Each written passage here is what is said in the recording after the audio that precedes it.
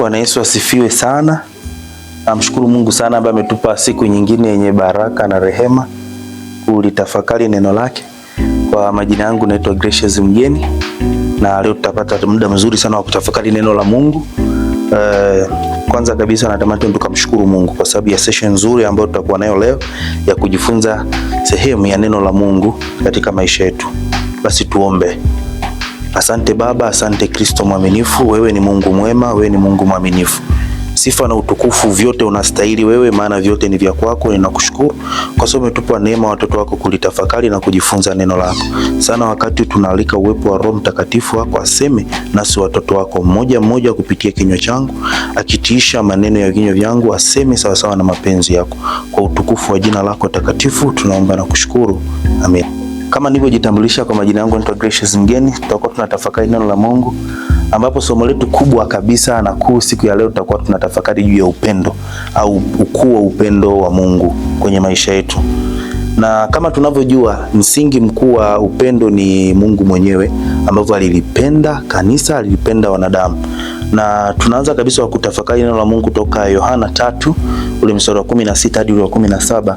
Neno la Mungu linatuambia kwamba kwa maana jinsi hii Mungu aliupenda ulimwengu hata akamtoa mwanae wa pekee, ili kila amwaminie asipotee, bali awe na uzima wa milele. Kwa hiyo tunaona kabisa pendo kuu la Mungu la kwanza kabisa ni kumtoa mwanake Yesu Kristo, ili sisi tukombolewe na kuokolewa katika utumwa wa dhambi ambao ilitendwa mwanzo kabisa na babu zetu, nabii zetu, Adam na Hawa. So Yesu Kristo kutolewa kwake sadaka akiwa ni mwana wa pekee wa Mungu katikati yetu, ilikuwa ni upendo mkuu mbele za Mungu kwetu. So the big issue sio kumtoa. The big issue ni ana upendo kiasi gani juu ya maisha yetu hata akamtoa mwana wake wa pekee kwa ajili yetu sisi. So tunauona upendo wa Mungu Baba kumtoa mwanae kuja kwetu, lakini kuna upendo wa Yesu Kristo kuja kwa ajili yetu. Ukisoma ile Yohana hiyo 15 ule mstari wa 13. So ule mstari wa 13 kuna jambo zuri sana hapo. Anasema kwamba hakuna aliye na upendo mwingi kuliko huu wa mtu kutoa uhai wake kwa ajili ya rafiki zake. So Yesu Kristo alitufanya sisi kuwa rafiki zake hadi akautoa uhai wake ili sisi tufanyeje? Ili sisi tupone. So kila muda ambapo unautafakari ukuu wa Yesu Kristo juu ya maisha yetu na unapotafakari kwamba alikufa na kufuka kwa ajili yetu, tunatafakari uwingi wa upendo wake kwa ajili yetu. So tusije tukachukulia upendo wake for granted, kwa sababu yeye aliutoa upendo wake ili sisi tukapone, ili sisi tukakombolewe katika maisha yetu. So kama Yesu ambavyo sisi tumeumbwa kwa mfano wa Mungu kupitia neno lake, so hata sisi wanadamu moja kwa moja tuna jukumu kubwa sana la kupendana. So tuna vertical na horizontal relationship. Tuna haja ya kumpenda Mungu kama yanavyotupenda sisi, lakini pia tuna haja ya kupendana sisi kwa sisi. Lakini kwa ukubwa kabisa siku ya leo natamani sana tukatafakari juu ya kitu kizuri sana, juu ya sifa za upendo au tabia za upendo. Tutaenda kutafakari kutoka katika kitabu cha Wakorinto wa kwanza ule mlango wa 13. Na hapo tutatafakari tabia mbalimbali ambazo upendo unazo, au mtu mwenye upendo anatakiwa awe na tabia gani. So ukienda kutafakari kuanzia ule mstari wa 4, tutaanza kuziona tabia moja moja. Sehemu ya kwanza ukisoma ule mstari wa 4 nasema upendo huvumilia, hufadhili, upendo hauhusudu, upendo hautakabari, upendo haujivuni. So tunaona tabia ya kwanza kabisa ya upendo ni kwamba upendo wenyewe huvumilia.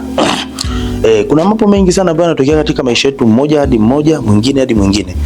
Kitendo cha kuvumiliana ni tunda kubwa sana la kiupendo, na tunaona katika mambo mengi ambayo tunayatenda katika maisha yetu, Mungu anatuvumilia kupitia neema yake na fadhili zake.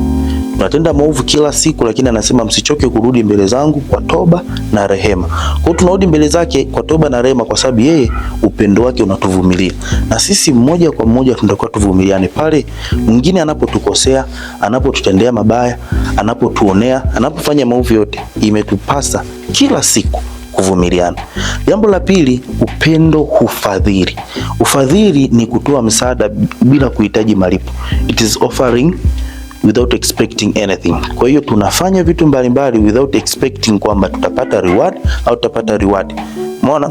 Kwa hiyo sometimes upendo ndio unaoturuhusu kufanya vitu ambavyo sometimes inawezekana ni vikubwa, inawezekana tunatoa hata tunaumia mioyoni mwetu kwamba tumetoa zaidi. Sometimes tunasaidia watu hata ambao hatuwajui, lakini ni kwa sababu tabia ya upendo yenyewe ni kufadhili, kutoa mahali hata ambapo hatutegemei kupata chochote.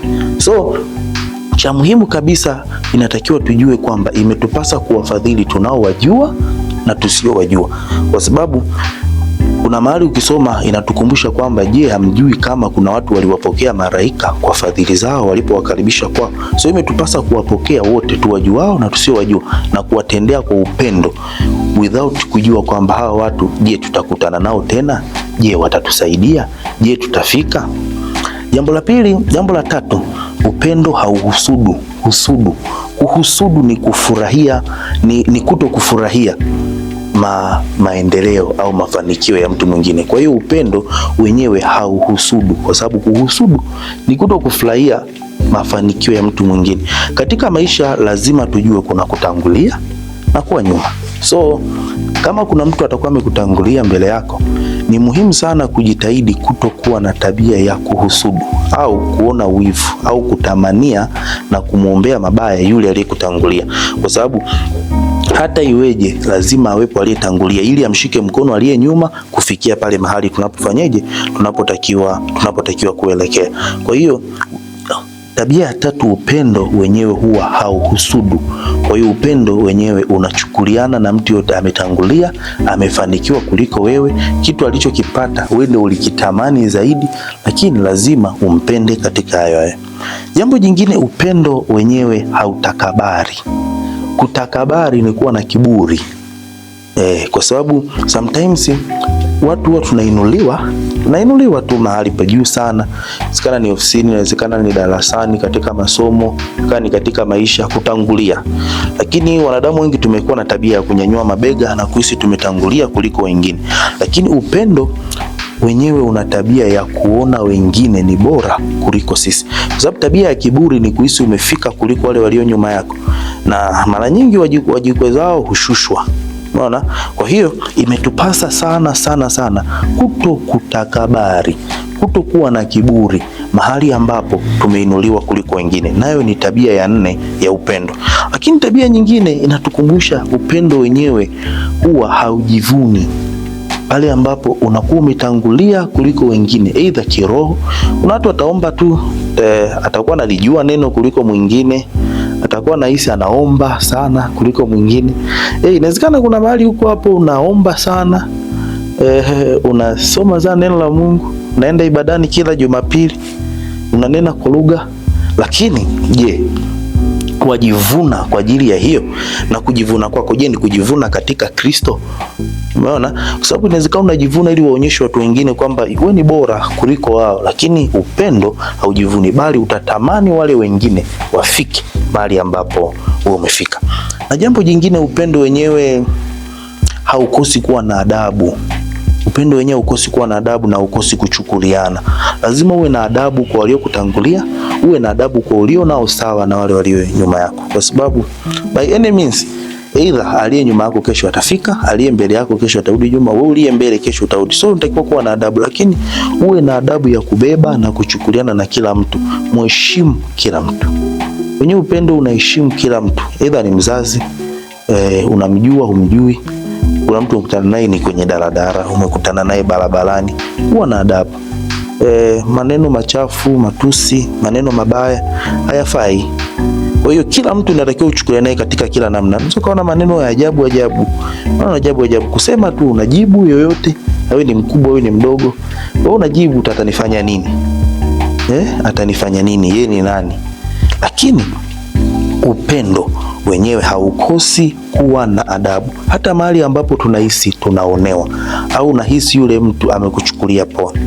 Lakini jambo jingine, upendo hauhesabu mabaya. Kuna watu ni mabingwa sana wa kubeba vitu moyoni na kuyahesabu mabaya na maovu. Mtu anakukumbusha, unakumbuka mwaka juzi ulitenda jambo hili na hili, lakini upendo wenyewe hauhesabu mabaya. No matter how much mtu anakufanyia mambo mabaya kiasi gani, imetupasa kuyabeba, kusamehe na kuendelea mbele. So haitupasi kabisa kuhesabu ubaya, haitupasi kabisa. Inatupasa kuchukuliana na kubebana katika kila hatua. Na jambo la mwisho kabisa ambalo natamani tuitafakari siku ya leo juu ya tabia za upendo.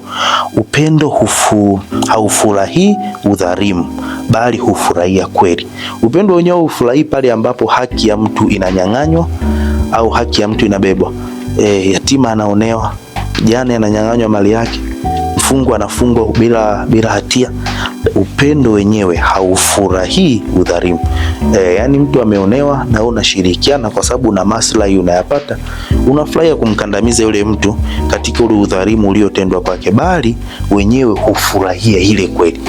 Upendo wenyewe unafurahia ile kweli.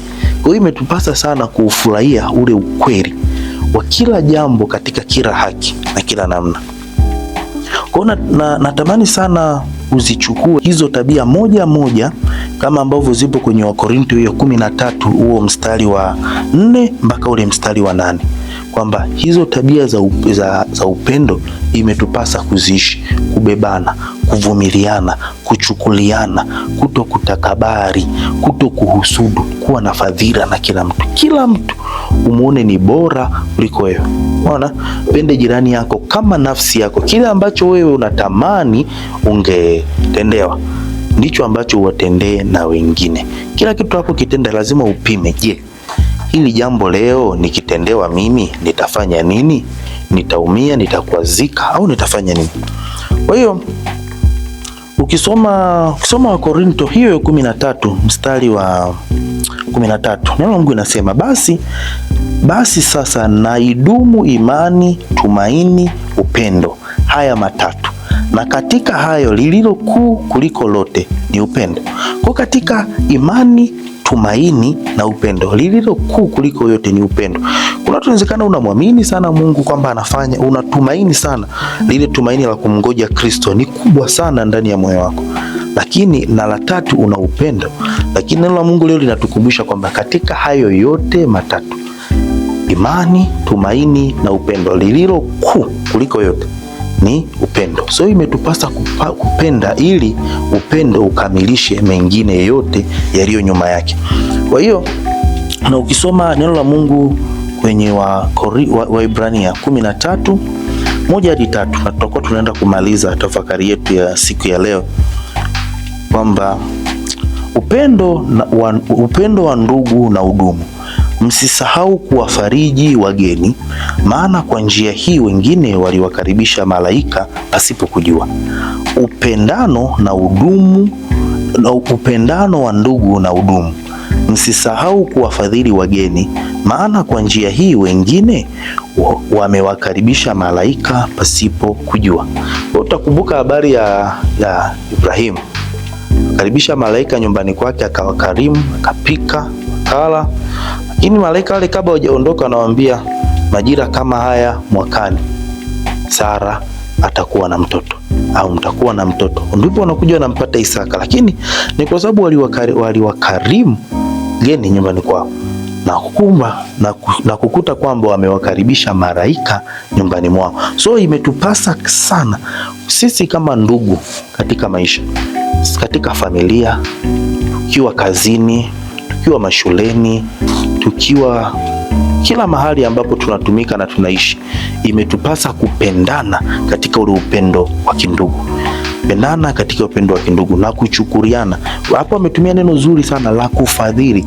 Lazima wafadhili watu, na fadhili yoyote huwa haitegemei malipo au haitegemei ujira au haitegemei kwamba huyu mtu atanisaidia kesho au kesho kutwa, lakini kikubwa chake kabisa ni kwa sababu imetupasa kupendana sisi ndugu kwa ndugu, ili tutengeneze harmony ya kuchukuliana na kupendana. Kila mtu ana mapungufu. Wewe inawezekana ambaye ni mchoyo, mwingine yeye ni mwizi, mwingine ni muongo, mwingine yeye ni mchonganishi, mwingine ana wivu. Yote yale matendo ya mwili, kila mtu ana muiba wake. So imetupasa kuchukuliana na kupendana ili tukamilishane katika udhaifu wetu. So tunahitaji sana kufadhiliana katika maisha yetu.